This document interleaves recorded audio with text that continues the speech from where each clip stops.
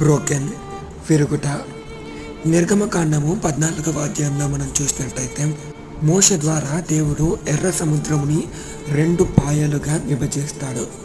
ఎప్పుడైతే ఇశ్రాయేలు ప్రజలు ఆ విధంగా విభజింపబడిన ఆ ఎర్ర సముద్రము గుండా వెళ్ళినప్పుడే వారికి రక్షణ కలిగింది.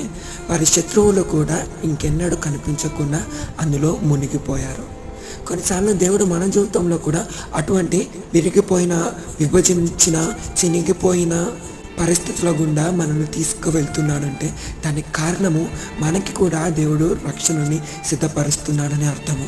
మన విరిగిపోయిన పరిస్థితుల ద్వారా దేవుడు మన శత్రువులుగా ఏవైతే ఉన్నాయో అంటే భయము, ఒంటరితనము, వాటన్నిటిని కూడా దేవుడు ఆ విరిగిపోయిన పరిస్థితిలో ముంచివేయాలని దేవుడు ఉద్దేశిస్తూ ఉన్నాడు.